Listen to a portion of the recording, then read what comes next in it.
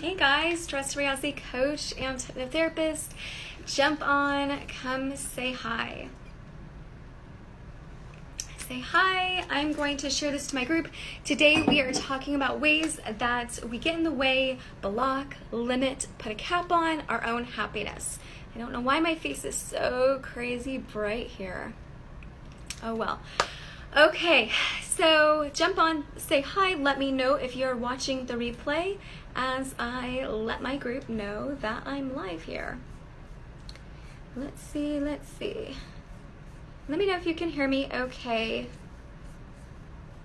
I usually go live on my laptop. Hi! Thank you. Look at my face is like super crazy bright right now. I can't share it to my group for some reason, so I will do that later. But anyway, jumping on because I wanted to talk today about ways that we get in our own happiness and sometimes we're not even aware that we're doing it, okay? So if you're watching the replay, let me know that you watched the replay, and as we go along, let me know, give me insight into which of these things maybe you relate to and maybe you struggle with a little bit. Okay, number one, and I talk about this all the time because it's huge, and I don't think we're always cognizant that we're even doing it. So number one way that we kind of block our own happiness is we're more concerned with how we're going to lose that said happiness. As opposed to just being in the moment, enjoying it, we're more focused in on the potential of losing it. Who can relate to that? Put a number one if you can relate to that concept. Okay, so maybe when things are going right, you sabotage your happiness because you get into fear mode about when you're going to lose it or when things are going to go wrong, when the income potential might go down, when you might lose your job, something bad could happen to your kids. What if you get in that fight in your relationship? Like, I know I can relate that firsthand. I've shared so many stories about how that has played out in my own life. So I definitely know what that is like, and it's a huge block. So that's number one, block number one. Number two way that we get in the way of our own happiness and really limit it is by not feeling worthy of being happy. So think about that as I'm going to try and share this one more time. I'm not sure why it's not showing up for me to share. But I talk about this all the time too, and it's probably why I put it second on the list, is because feeling worthy of reaching your goals is paramount to you reaching your goals. If you struggle with feeling worthy and feeling good in your life, you are going to struggle to get that happiness or to reach those goals. Yay, it looks like I can finally share it. So give me a second. I'm going to share it to my group here, let them know that I'm on, and let me know if you can relate to number two.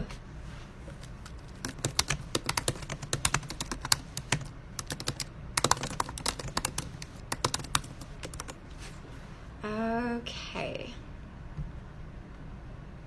Hang on, no. Because what I tell clients is that you can want something all you want, whatever it is. You can want these really fantastic goals and have the drive, have the motivation, have the clarity, the certainty around it. But then as soon as you start taking action steps on those goals, if you don't feel worthy, you're going to get stuck in self-sabotage, you're going to get stuck in procrastination, you're going to get stuck in just giving up altogether, right? And I see this play out time and time again in relationships, jobs, you name it. Okay, so that is number two way that we can put a block, that kind of block and limit our own happiness. Number three, by putting ourselves on the back burner. Right? By neglecting to do the things that make us happy. So by saying, oh, my husband's happiness is important, my partner's happiness, my kids' happiness, making sure that everybody else is happy, healthy, thriving, but really neglecting to make sure that I'm happy, healthy, and thriving. Okay? So who can relate to that? Do you have a trouble prioritizing your happiness? And saying, I am worthy to do these things that make me happy. I am a priority, and I'm going to put these needs at the forefront of my life. Anybody struggle with that or can relate to that? Maybe I see it a lot with nurturing types. I see it a lot with parents. So if you can relate to that, let me know, because that's a huge block too, right? Putting yourself on the back burner for your happiness. You're not going to be happy. Okay, let's see what else we have going on. Sweating the small stuff. You know, I used to be the queen in recovery of sweating the small stuff, because sometimes I have to check myself with that too, because I have a tendency to be really, really great at overanalyzing practically everything in my life. So the small stuff really is about putting things into perspective. Does this truly matter? Is this going to matter in a week, a month, a year? Probably not. Then I'm not going to sweat the small stuff. But I can definitely relate to that struggle. And what happens is it's very easy to get tunnel visioned in on those small things, right? And I talk about this a lot too, because of course, wherever your awareness is, that's going to show up for you. So if you're tunnel visioned in on the problems, if you're tunnel visioned in on what you're lacking, just what's going wrong, that's of course what you're going to be exposed and seeing more of in your life. Okay, so so sweating the small stuff, right? And not having that perspective that you need. That's another block to our happiness.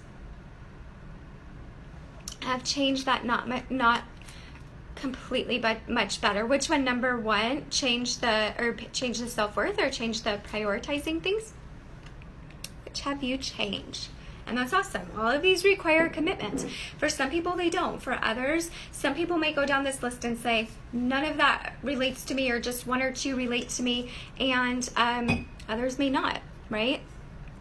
Okay, so number 5. So we're hard on ourselves, and in return, we constantly criticize and judge ourselves and need constant validation, constant approval, right?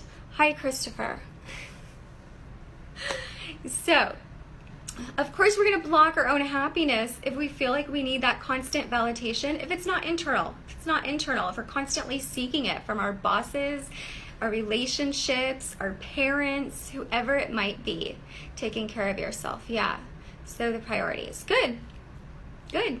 And that goes back to the self-worth too, right? So how am I supposed to be happy if I don't feel worthy? How am I supposed to take care of myself and make myself a priority if I don't feel worthy? Those two definitely go hand in hand, okay?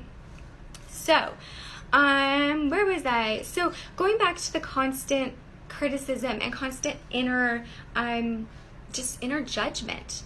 Can we truly be happy if we're constantly criticizing ourselves, if we're constantly judging ourselves? That's a complete block to our happiness. We can't. I don't know very many people that can. Okay? So working on inner dialogue, working on unconditional, radical self-love, the way that you talk to yourself, the way that you show up in the world, all of that is crucial in feeling happier in your life. Agreed. Who can relate to that? Maybe some of you can relate to just needing a little bit much more support around the way that you talk to yourself and the way that you show up. Okay. And this one kind of goes hand in hand, and I can relate to both of these struggles as well. Spending too much time on perfectionism. That's not a happy feeling. If we're spending so much time and I'm only perfect if I'm happy, I'm only approved or loved by others if I'm happy, I'm only good enough if I'm happy, then of course that's going to be a block as well. If you're stuck in over analyzing everything, being a perfectionist, there was a point in my life where I used to think perfectionism was a good thing, where I thought, oh, I'm just a high achiever. I just try and do great work and be perfect. But the reality is perfectionism is always, it's an emphasis on, sorry, my phone's going to die. I'm trying to talk fast. Perfectionism is an emphasis on, I need validation and approval from other people. That's what it's about. I have to be perfect to be loved and accepted. I have to be perfect to be heard, to feel special, important, good at my job, you name it, right? So that's what perfectionism is about. It's not internal. Internal is, I want to show up and be the very best version of me that I can be for me, whereas perfectionism is an emphasis on wanting that validation from others, okay? So to live a truly happy life, kind of getting that perfectionism in check is important too, okay? All right, I was really good at this one. So we get stuck in playing the roles of the martyr, the victim, or the complainer. Who can relate to that? Who can fess up and take accountability on that one?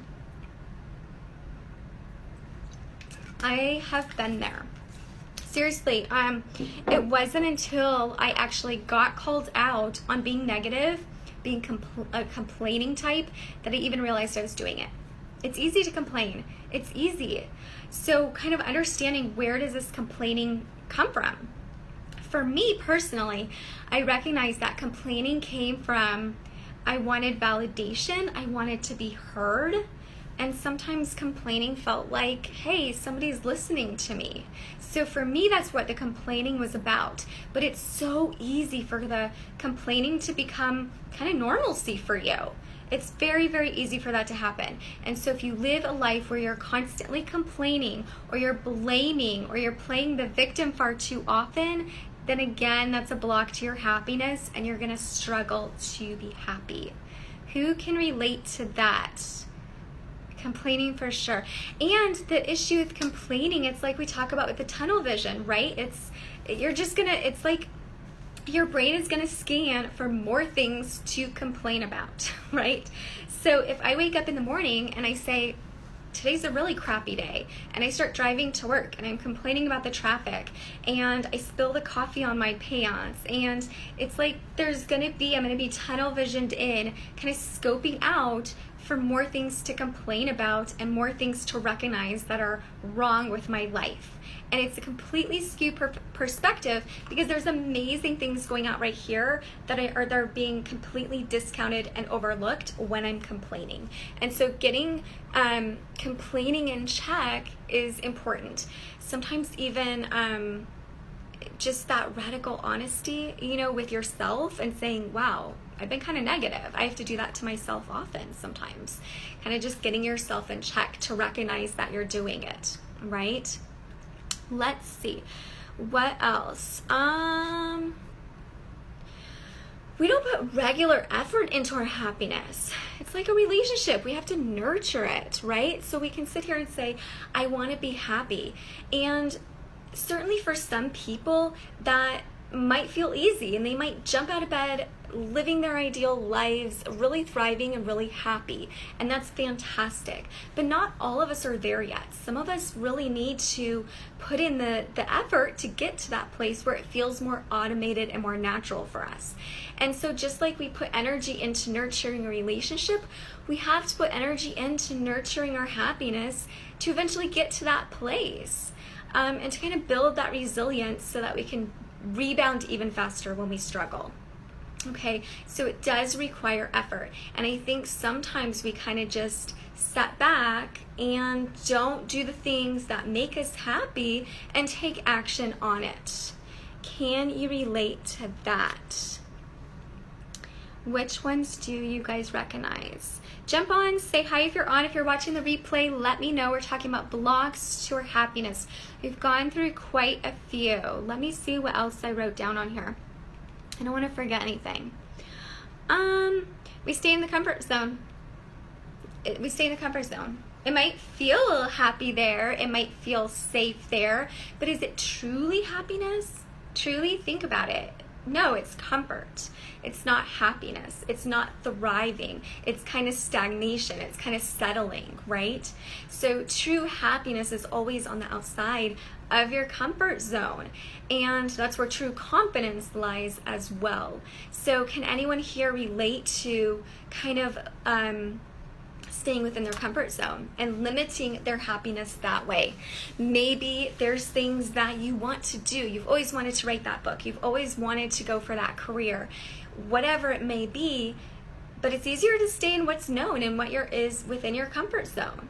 So we stay in relationships we hate, jobs we hate, we don't veer outside of that comfort zone, and in return, we truly limit and put a cap on our happiness. Can anybody relate to that struggle? I used to, for sure. So if we avoid taking risks, then you're not going to live up to your true potential of happiness. What else? This is another big one. We surround ourselves with people that are toxic, that are unsupportive, that are not aligned with us becoming the very best version of ourselves that we really desire to be. Maybe they're the people that drag us down when we start to grow and evolve. And I see this time and time again in my practice where sometimes people do start reaching their goals and maybe they start losing the weight or they just start feeling happier in general. And then their partners or their loved ones, they don't feel comfortable with that. They don't know who this person is anymore. And so it's scary for them, right? The stagnant person over here, the growing and evolving person over here. So often they try and kind of rein them back in. And that can be challenging if you're trying to be happy, if you're trying to be truly fulfilled in your life, and you're trying to grow. It's hard to grow when you're being pulled back in and sometimes manipulated back in. So who you surround yourself is incredibly important and can be a potential block on your happiness if they're energy draining vampires, if they're unsupportive people, manipulators, people that just aren't aligned with who you want to be, okay? And so sometimes it's important to have boundaries. Sometimes it's important to let go of those relationships altogether. Sometimes it's important to express yourself. There's such a variety of things that can be done, but usually something has to be done if it's affecting or limiting your happiness. Who can relate to that? The people in your life. What else? What else do we do? Okay, so another big one. We put a cap on our happiness. I talk about this a lot too because I see it all the time. Because I do it all the time. Not so much anymore, but I used to. Put a cap on our happiness. So we have these great goals that sound really exciting. We will love to achieve them, but it's kind of the too good to be true goals, right? And so it's not even in our realm of possibilities. So the example with capping happiness that I give is that I might be, and usually this comes down to self-worth, I might be worthy or good enough or deserving to have this type of degree, but not that type of degree. I'm not, that's not in my realm of what I deserve or can achieve, therefore I'm not going to get it. It could be a financial cap we put on. It could be a relationship. I am only good enough for this type of relationship.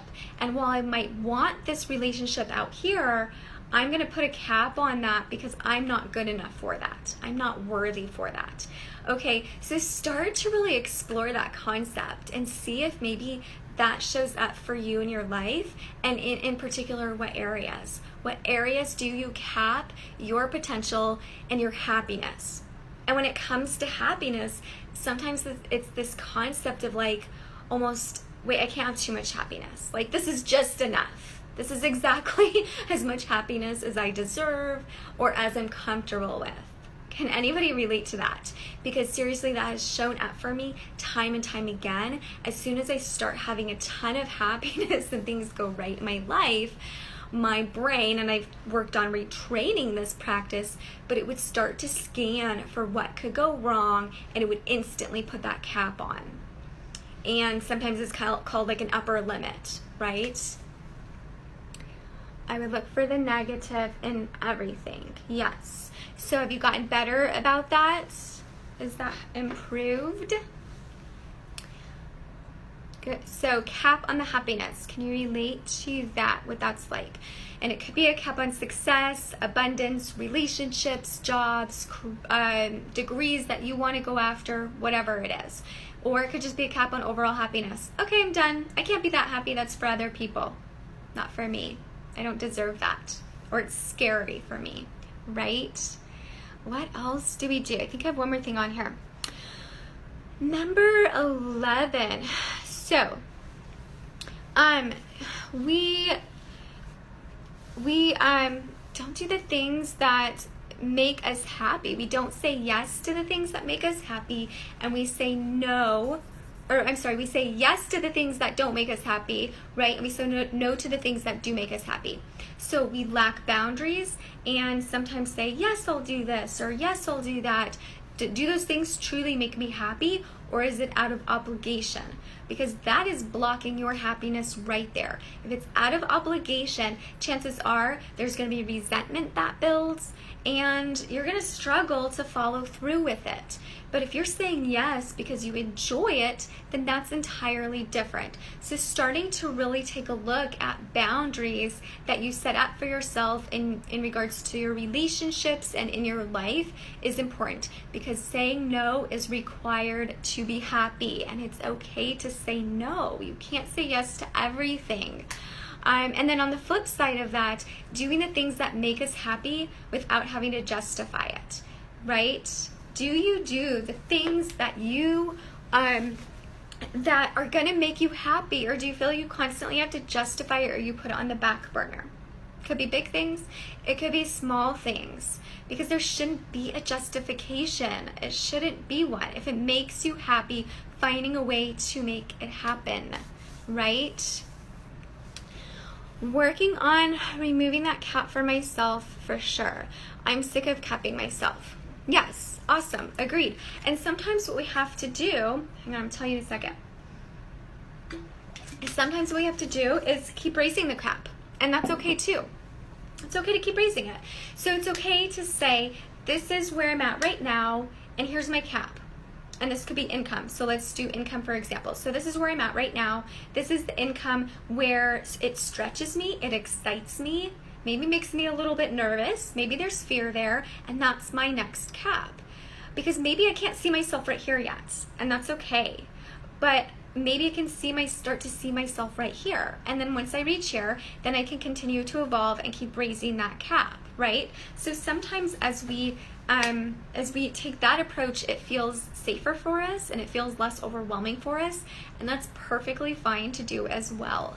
I've done that many times in my life because sometimes it feels more realistic and more obtainable for us, more attainable. So let's see, I think that's it, you guys. Those are just some ideas based on a post that I posted yesterday that I just wanted to recap for you and kind of go a little bit more in depth with. I'm sure there's a million other ways that we get in our own way of being happy, and I would love to hear from you. So if you're watching the replay, let me know. First of all, let me know during this video which ones resonated with you. Which ones do you need more support around? Leave some details. I'll coach you around them. And then secondly, what other areas do you find that maybe you block your own happiness? Are there things that you thought of as we're going through this talk where you said, oh my gosh, here's some other ways that I kind of get in my own way? Leave those below. I'm curious to see what comes up for you. All right? All right, guys, have a great day. Thanks for joining. And if you feel called, share this video, tag a friend that you think it might benefit, or watch the replay. Thanks and have a great day. Bye.